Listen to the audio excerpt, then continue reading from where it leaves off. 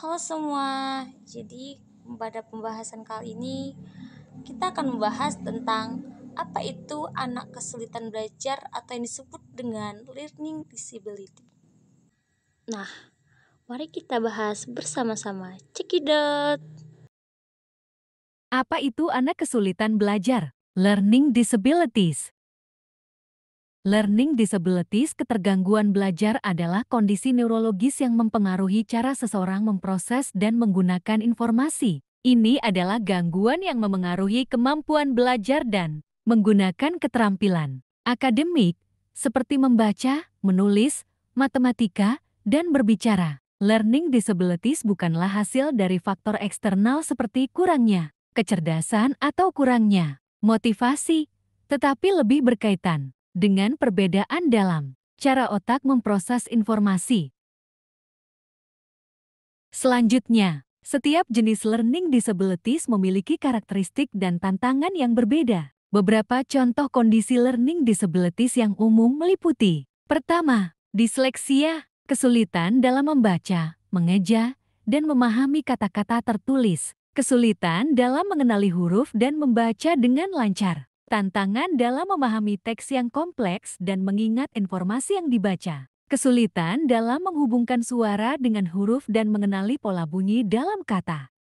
Kedua, diskalkulia, kesulitan dalam memahami konsep matematika, seperti angka, operasi matematika, dan pemecahan masalah matematika. Tantangan dalam mengingat fakta matematika dan mengaplikasikan keterampilan matematika dalam situasi kehidupan sehari-hari. Kesulitan dalam mengenali pola dan hubungan matematika.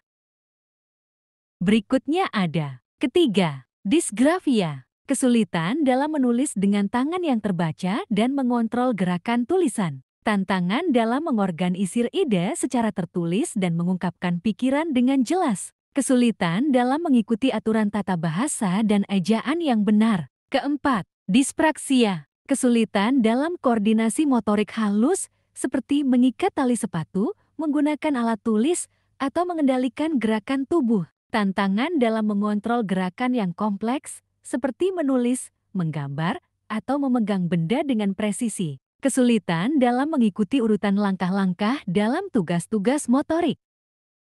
Kelima, auditory processing disorder (APD), kesulitan dalam memproses dan memahami informasi yang didengar, seperti mengenali suara, memahami instruksi lisan, atau mengingat informasi yang didengar. Tantangan dalam membedakan dan menginterpretasikan suara yang kompleks atau dalam lingkungan bising. Kesulitan dalam mengikuti arahan lisan dan memahami informasi verbal dengan cepat.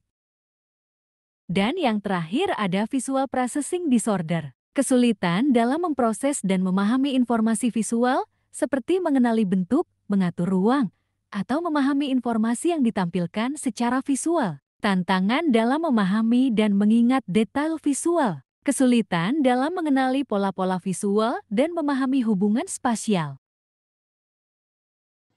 Jadi, apa ya penyebabnya? Nah, teman-teman, penyebab learning disability dapat bervariasi dan kompleks. Berikut adalah beberapa faktor yang dapat menyebabkan learning disability. Yang pertama, ada faktor genetik. Yang kedua, masalah perkembangan otak. 3, faktor lingkungan. 4, masalah kesehatan. Dan yang terakhir itu faktor pendidikan. Selanjutnya, bagaimana cara kita mengetahui anak terdiagnosis learning disability? Untuk mengetahui anak terdiagnosis dengan learning disabilities adalah sebagai berikut. Pertama, observasi. Perhatikan perkembangan anak secara keseluruhan. Amati apakah ada kesulitan dalam membaca, menulis, berbicara, memahami instruksi, atau memproses informasi secara umum. Kedua, konsultasi dengan guru atau pengajar. Bicarakan dengan guru atau pengajar anak untuk mendapatkan masukan tentang kemajuan akademik dan perkembangan anak di sekolah. Mereka mungkin memiliki wawasan tentang kemungkinan adanya learning disabilities. Ketiga, konsultasi dengan profesional kesehatan. Jika Anda memiliki kekhawatiran tentang kemungkinan learning disabilities pada anak, berkonsultasilah dengan profesional kesehatan seperti psikolog, psikiater, atau psikolog pendidikan. Mereka dapat melakukan evaluasi dan tes untuk menilai kemampuan anak dalam berbagai bidang akademik dan kognitif. Keempat, evaluasi dan tes. Profesional kesehatan akan melakukan evaluasi yang komprehensif untuk menilai kemampuan anak dalam membaca, menulis, berbicara, berhitung, dan memproses informasi. Tes ini dapat melibatkan tes kognitif, tes bahasa, tes membaca dan menulis, serta observasi perilaku. Kelima, kolaborasi dengan tim pendukung. Setelah diagnosis learning disabilities ditegakkan, penting untuk bekerja sama dengan tim pendukung yang terdiri dari guru, orang tua, dan profesional kesehatan. Tim ini akan membantu merencanakan intervensi dan dukungan yang tepat untuk membantu anak mengatasi kesulitan belajar. Nah, dari pembahasan tadi, dapat kita ambil kesimpulannya, kesulitan belajar atau learning disability adalah masalah dalam memproses informasi yang mempengaruhi keterampilan dasar anak, seperti membaca, menulis, dan berhitung.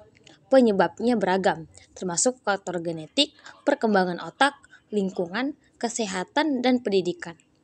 Gejala yang sering muncul antara lain kesulitan dalam berbagai kegiatan akademis dan kognitif. Nah, teman-teman, penanganan ini harus melibatkan profesional dan dengan dukungan keluarga serta guru. Anak dapat memperoleh bantuan yang tepat untuk mengembangkan potensi yang ada di diri mereka. Baik, sampai sini pemaparan saya. Kurang dan lebih saya mohon maaf. Sampai jumpa.